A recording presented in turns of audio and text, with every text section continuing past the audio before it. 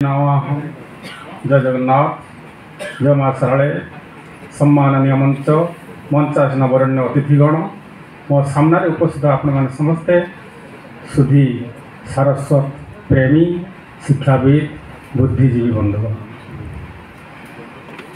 सारला दासंकर अनुगामी माँ सारलांकर आउ जने सेवक इंजीनियर डॉक्टर प्रभाकर स्वाई तांकर दुईटी पुस्तक आज उन्मोचित होती। गोटे पुस्तक समीक्षात्मक अन्यटी अनुदित। जेहेतु संग्राम सार से पुस्तक संपर्क में सारला दासंकर महाभारत संपर्क में साहित्य संपर्क में विशद भाव में वक्तव्य रखिंट मु सेपट को जाऊनी मु अनुवाद कथा दुई पद कह यही स्टेज रे बसी समय मुझे पुस्तक गोटे गप पढ़ी पंचम पराठा गपटी एकदम सुंदर गपटी तो थीम सुंदर सेटा तो गिरिराज आम देखा जे गपटी को अनुवाद कलार निपुण स्वाई सारे केते सुंदर कर पढ़ी गपटी बाक्य गुड़िक बहुत छोट छोट शब्द गुड़िक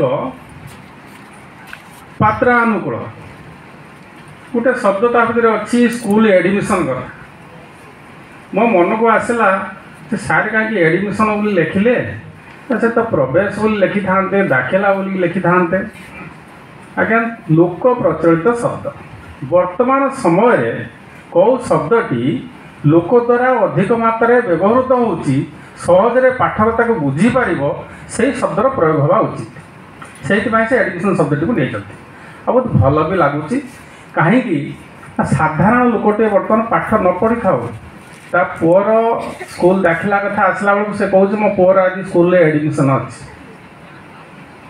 तेणु लोक प्रचलित शब्द को लेकिन से गपर सार भाव को लेकिन लेखक जहाँ मूलरू कहते ताकू उतारिबा एते सहज कथा नुहे। अनुवाद कार्य बहुत गोटे कठिन कार्य जदि मु गोटे मौलिक रचना करुँची मो मन मस्तिष्क को गोटे विचार आसुची मुझे शब्द जाल छंदुची तापर मुझे लेखुची पुणी 2-4 दिन पर 8 दिन पर मन को आसी करेक्शन हम मु तार संशोधन करुँची से गोटे रचनाटी हो जाऊँगी किंतु अनुवाद कथाटा आसला बेलू प्रथमे हृदयंगम करने को पड़ुची जे लेखकर विचारधारा एते कौन अच्छी लेखक कौन कहना चाहूँगी ताकू नहीं पुणी मो कला कौशल मुझे अनुवाद करी तेणु जनकर कथाटा को लेकिन मुझे आउ थे पुट करी अन्य भाषा से दुईटी जाक भाषार व्याकरण शब्द भंडार संस्कृति को बुझी नथिबा लोक केबे अनुवाद करिपारिब नाही। एइथिपाई जेहेतु समय कम मात्र दुईटी उदाहरण देवी मोर वक्तव्य मुझे शेष करी। आमर संस्कृत प्रायतः आम प्रत्येक दिन जो प्रवचक माने वक्तव्य दियंती प्रवचन दियंती बा कौटी किए माता आश्रय नहीं प्रार्थना पाई कहती मूकम करोति वाचालं पंगु लंघयते गिरिम तत्कृपातमं वंदे परमानंद माधव। यही कथाटा को मिश्र सारे अच्छा सूरदास केमिति तांका भितर को नहीं हिंदी कवि से कहते कौन चरण कमल बंदव हरिराई जाकी कृपा पंगु गिरी लघई अंधा को सब कुछ दरसाई बेहरा सुनई गंगा बुलई रंक चले छत्र धरई।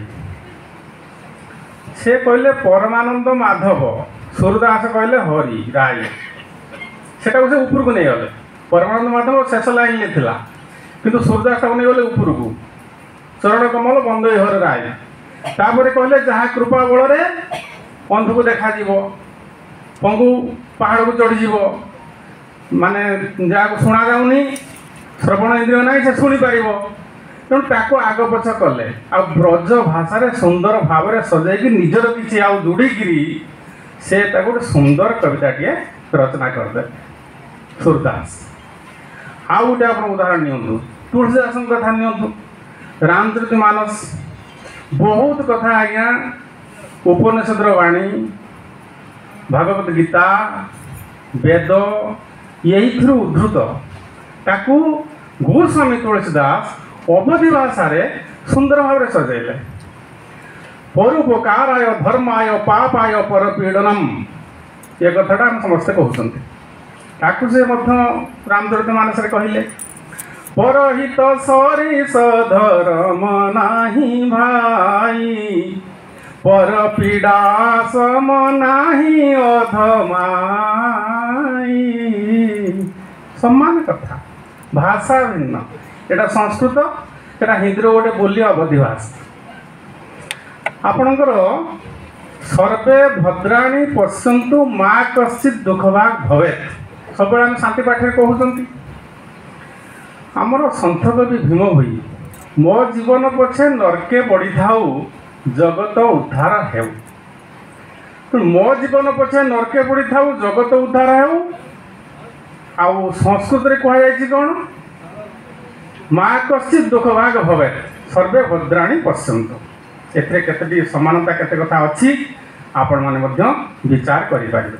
ତେଣୁ ଏ କହିବାର ତାତ୍ପର୍ଯ୍ୟ କ'ଣ ନା, ଯଦି ଜଣେ ଅନୁବାଦକ ଅନୁବାଦ ଚାତୁରୀରେ କଳାରେ ତାକୁ ସଜେଇ ପାରିଲା, ତେବେ ସେଇଟା ଅନୁଦିତ ଲାଗିବ ନାହିଁ, ସେଇଟା ମୌଳିକ ରଚନା ପରି ଲାଗିବ।